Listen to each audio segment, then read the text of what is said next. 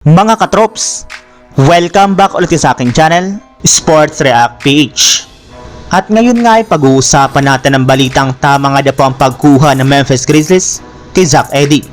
Pag-uusapan na rin nga natin dito sa ating panibagong video, ang balitang jackpot nga na po ang Los Angeles Lakers sa isa sa kanilang pinakabagong player.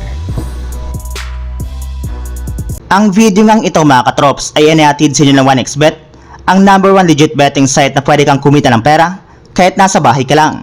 Mag-register lamang sa link sa baba at gamitan ang ating promo code at maaari ka na makakuha ng 7,000 pesos bonus sa una mong deposit. At yes, dito nga po ay hindi ka mabuboring gayong marami kang games na pwedeng pagpilian.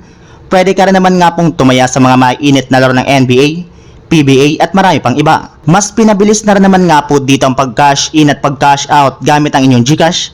Kaya ano pang hinihintay ninyo? Mag-register na. Sa unang game pa lang nga po mga katrops ni Zach Edey sa Memphis Grizzlies sa Summer League laban sa Utah Jazz kahapon ay nakapagtala na nga po siya agad dito ng double-double na umabot ng 14 points, 15 rebounds at 4 blocks sa kanyang 7 out of 12 shooting sa loob ng 33 minutes niya na paglalaro.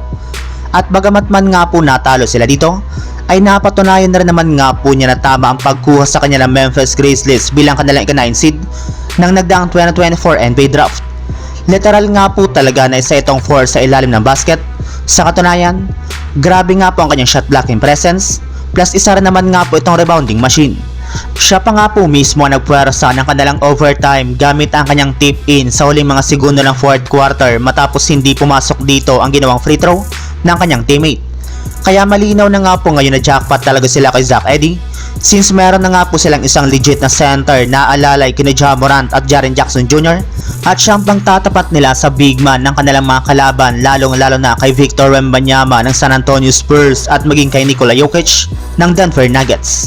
Samantala, punta naman tayo sa ating sunod na pag-uusapan sa balitang jackpot nga na po ang Los Angeles Lakers sa isa sa kanilang pinakabagong player. Bagsak na nga po mga katrops sa 0-2 ang record ngayon ng Los Angeles Lakers sa kanilang mga laro sa California Classic matapos silang matalo sa kanilang unang dalawang game laban sa Sacramento Kings at Golden State Warriors. Ngunit sa kabila nga po niyan ay meron na rin naman nga po kahit papano na magandang nangyayari ngayon sa kanilang team, kagaya na lamang ng pagpapakitang gilas ng kanilang undrafted two-way player na si Blake Henson matapos nga po siyang magkaroon dito ng almost 80% accuracy sa kanyang binatawang 7 3-pointer, 5 pumasok. Yes, tama nga po ang inyong narinig mga katrops. Isa nga po itong legit na sharpshooter, kaya nagpapatunay lamang nga po ito na isa na lamang talentadong undrafted ang kanilang nakuha. Para nga po sa kaalaman ng lahat, isa nga po itong 6'8" wingman na may depensa at kaya makipagsabayan sa ilang mga superstar.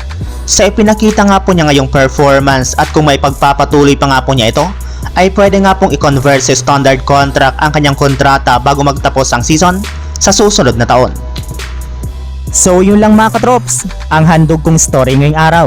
Sana nag-enjoy kayo, please like and subscribe my YouTube channel, Sports React PH, para sa iba pang story at update patungkol sa NBA. Kita-kits muli sa ating susunod na video.